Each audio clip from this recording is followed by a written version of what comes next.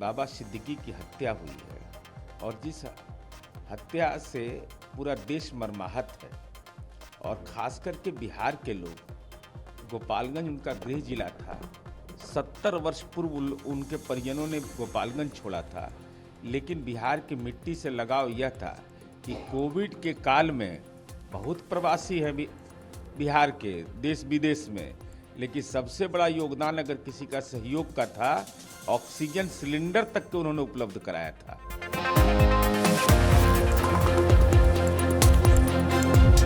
राजनीतिक बयान देना, सलमान खान को मुद्दा बनाना, बाबा सिद्दीकी पर बयान देने से हट जाना, ये तो कहीं ना कहीं राजनीति में हठधर्मिता और राजनीति में इसका कोई औचित्य नहीं।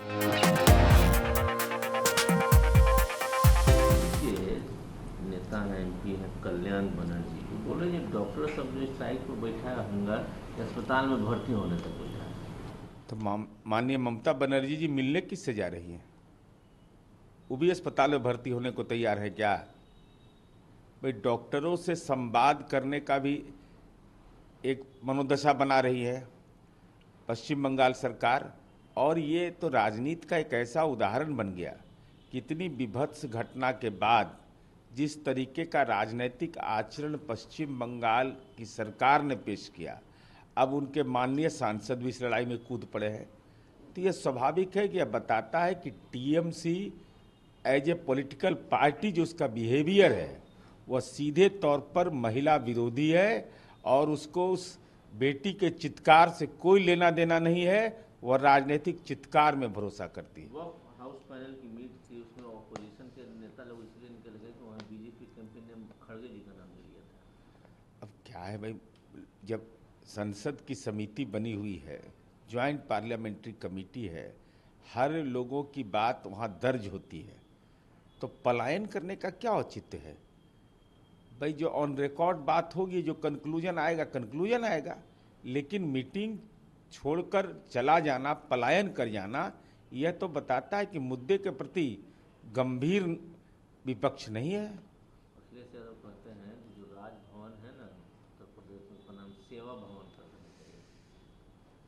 अब एक तरफ इंडी गठबंधन के घटक दल और अखिलेश यादव संविधान बचाओ की बात करते हैं, दूसरी तरफ संविधान के तहत जो महामहिम होते हैं राज्य के प्रथम नागरिक होते हैं, और राजभवन पर इस ढंग का सवालिया निशान खड़ा करना, भाई तो सेवा भवन तो माना ही जाता है भाई। राजभवन हो, मुख्यमंत्री आवास हो या मंत्री का आवास हो, वो किस बात के लिए जाना जाता है? सेवा के लिए ना, कि राजनीति में ईडी का मेवा खाने के लिए।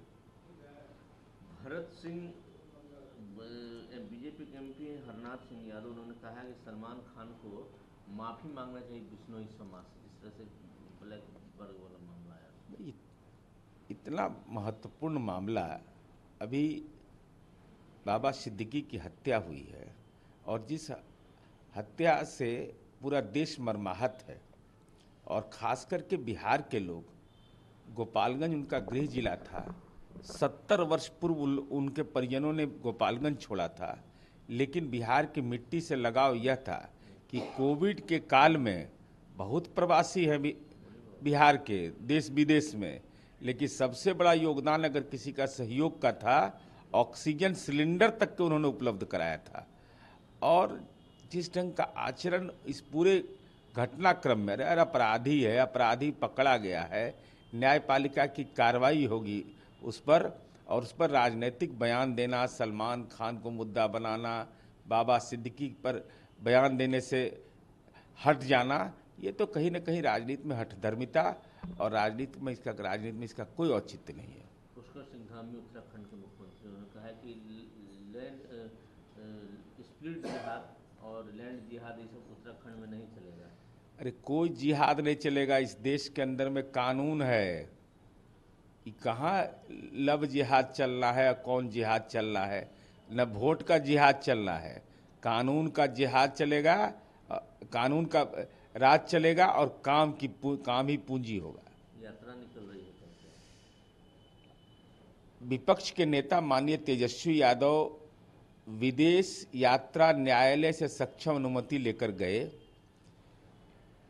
चिट्ठी आई है, ईडी का बुलावा आया, ईडी में पेशी हुई, फिर अब जनता की अदालत में जा रहे हैं बांका। तो बांका तो माननीय नीतीश कुमार जी ने खूबसूरत बना दिया।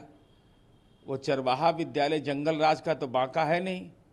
बांका में ओढ़नी डैम है, जो आप बोट चलाने के लिए विदेश जाते हैं, आनंद लेते हैं, वहीं आनंद लीजिएगा ओढ़नी डैम पर।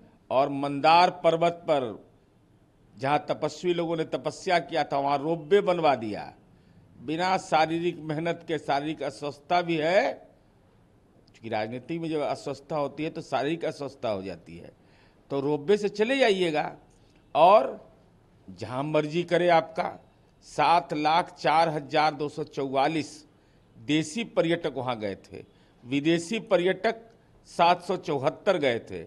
आपका जिसमें मर्जी हो उसमें नाम दर्ज करवा लीजिए। राज सिंह भी निकल रहे हैं यात्रा पर। तो यात्रा पर तो सबको निकलने का अधिकार है। सौहार्द हमारी पूंजी है, सद्भाव हमारा नारा है, विकास हमारा लक्ष्य है। जो 5 एमएलए नॉमिनेटेड हुए थे जम्मू कश्मीर में, वो मामला सुप्रीम कोर्ट गया था, सुप्रीम कोर्ट ने उसको सुनने से इनकार कर दिया है। बोला कि अब ये माननीय सर्वोच्च न्यायालय का क्षेत्राधिकार है। इस क्षेत्राधिकार में जो भी उनके द्वारा दिए गए न्यायिक फैसले होते हैं या न्यायिक टिप्पणी होती है, उस पर राजनीतिक टिप्पणी का कोई संदर्भ नहीं। केरला में वक्फ अमेंडमेंट बिल को विड्रॉ करने का संशोधन पास हो गया है। भाई, ये वक्फ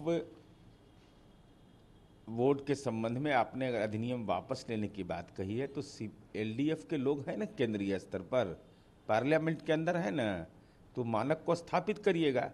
जैसे बिहार है, बिहार में वक्फ बोर्ड के लिए माननीय नीतीश कुमार जी ने 100 करोड़ रुपया दिया, और 100 करोड़ रुपया के आधार पर multipurpose building, market complex, hostel, ये सारे बने हैं। तो हमारे जो सांसद होंगे वह तो बताएंगे नहीं वक्फ बोर्ड के संपत्ति का कितना बेहतर उपयोग हमने करके दिखा दिया, यह उदाहरण होगा।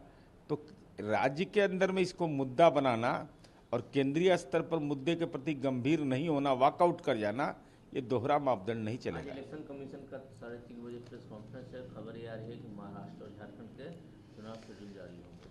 तो स्वाभाविक है भाई, इलेक्शन कमीशन का ये अधिकार क्षेत्र है और समय सीमा पूरा होने पर है, तो महाराष्ट्र और झारखंड में, और हमारी उम्मीद है कि बिहार का उपचुनाव भी घोषित हो सकता है। तैयारी है पूरी एनडीए की। अरे भाई, तैयारी नहीं करना है भाई, और क्या करना है, संपत्ति बनाना है। अब तो ईडी का मुख्यालय भी पटना में बन रहा है।